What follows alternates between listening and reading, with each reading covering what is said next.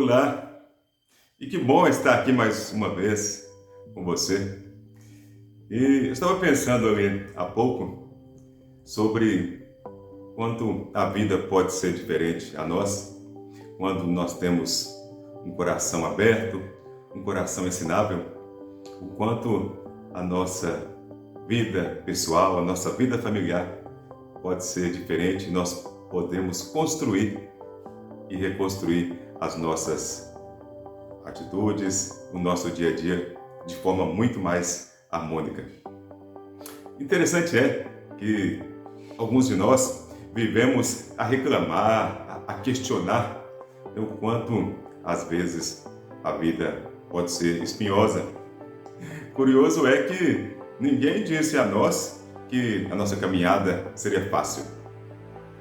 Lembro-me aqui, por exemplo, de um escritor norte-americano, Max Lucado, em que ele nos instrui, que Deus nos diz que a nossa jornada, ela não será fácil, mas com certeza a nossa chegada valerá a pena.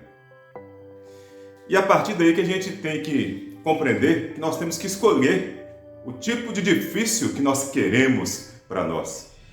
Na verdade, quando a gente toma rédea da nossa vida, a gente compreende que as coisas tomam um rumo, as energias, o direcionamento são diferentes. Porém, quando a gente não toma essas rédeas, parece que tudo é muito mais espinhoso.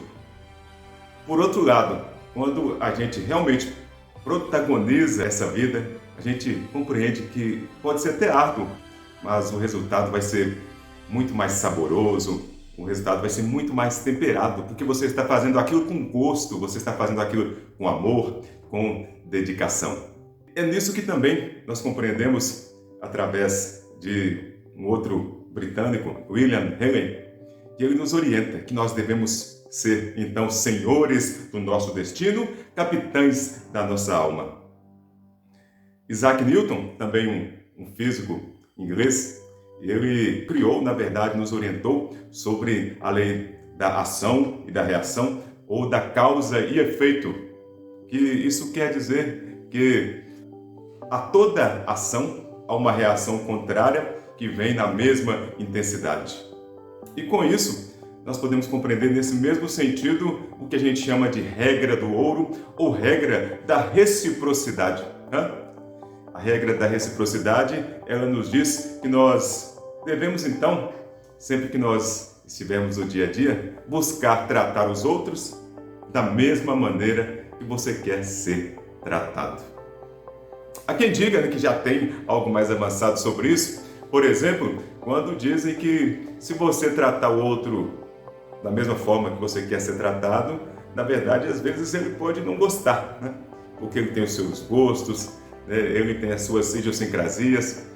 Então, por exemplo, se você convida alguém para ir à sua casa, com certeza, muitas vezes você oferecer algo que você gosta apenas, pode ser que ele não goste.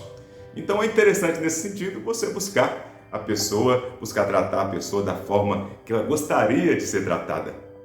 Nesse sentido, o líder indiano, Mahatma Gandhi, um grande sábio, ele sempre dizia que quem não vive para servir, não serve para viver.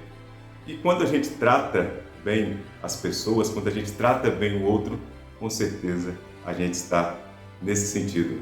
Nós estamos aprendendo a servir, estamos muito mais aprendendo a viver. Olha só, algo que pode nos ensinar bastante é o seguinte: um idoso, um frágil idoso, ele então foi morar na casa do seu filho, com a sua nora e com seu neto de 4 anos. Esse idoso, ele já estava com as mãos trêmulas, ele também já tinha o olhar embaraçado e também um caminhar lento, hesitante. Ele então necessitava de cuidados maiores, com certeza. E lá nessa família, todos ali se alimentavam, faziam as suas refeições junto à mesa, aquela mesa familiar, uma mesa central. Porém, ali o filho começou a notar que várias vezes o seu pai, aquele idoso, ele por ter as mãos trêmulas, ele acabava deixando cair os garfos, acabava deixando cair a comida ao chão. E até que então, muitas vezes, quando ele ia pegar o seu copo para tomar um suco, tomar um leite, ele acabava derramando tudo sobre a mesa, sobre a toalha da mesa. E isso começou a irritar muito aquele filho. E ele virou-se para a sua esposa e falou para ela: nós temos que tomar uma atitude, isso não pode continuar assim. A partir disso, eles então montaram uma mesinha num cantinho lá distante da sala para aquele idoso, para aquele vovô, lá no cantinho, aquela mesa com a sua cadeira. E ele passou então a fazer as refeições ali. E de longe, muitas vezes quando eles estavam ali fazendo as refeições, né, ali o filho, a nora, e eles estavam ali, eles ouviam, né? Ouviam o pai, esse idoso deixar cair lá os garfos, deixar cair a comida ao chão, os pratos se quebrando. E de vez em quando eles só olhavam assim de lado, com aquele olhar de advertência para aquele avô, para aquele idoso. E de vez em quando eles até notavam uma lágrima cair do rosto desse idoso. Quando eles viram que ele estava deixando muito cair os pratos e quebrando os pratos, eles então entregaram para ele uma tigela de madeira, para que então isso não ocorresse mais, que ele não quebrasse mais os pratos. E então ele passou a comer em uma tigela de madeira. A partir disso, em outro dia, o filho desse idoso estava observando o netinho dele brincando. Ele estava brincando com umas sucatas de madeira. E virou-se para o filho de forma doce, de forma educada, e falou para o filho: ô filho, o que você está fazendo aí com essas madeiras? E naquela mesma toada, naquele mesmo tom, o filho respondeu para o seu pai. Falou: pai, estou aqui fabricando uma tigela de madeira para quando eu crescer, eu poder entregar para você e para a mamãe. Aquelas palavras entraram no ouvido daquele pai de forma atônita. Entraram como um golpe, né? Os pais ali, aquele pai, aquela mãe estavam ali, eles como que fossem golpeados, ficaram sem saber o que falar, ficaram mudos. Mas compreendeu-se também que eles estavam ali e caíam até lágrimas dos seus olhos, porque eles compreenderam o que aquele filho, de forma tão inocente, de forma tão sensível, tão pura, estava dizendo ali para aqueles pais. E imediatamente eles já sabiam o que fazer. Já estava chegando a hora ali da refeição, eles foram então até o avô, o conduziram de forma tranquila até a mesa central, até a mesa familiar, e ali eles puderam fazer novamente juntos aquela refeição. E interessante que nem o filho do idoso e nem a nora não estavam ali mais implicando com ele ao deixar cair os talheres, ao deixar cair a comida ao chão. Por alguma razão, eles tinham mudado o seu pensamento, tinham mudado a sua atitude. Olha que interessante como é. As crianças, o quanto elas têm uma sensibilidade, o quanto elas estão ali observando tudo o que acontece, elas estão então ouvindo e aquela mensagem está ali, se processando naquela mente daquelas crianças.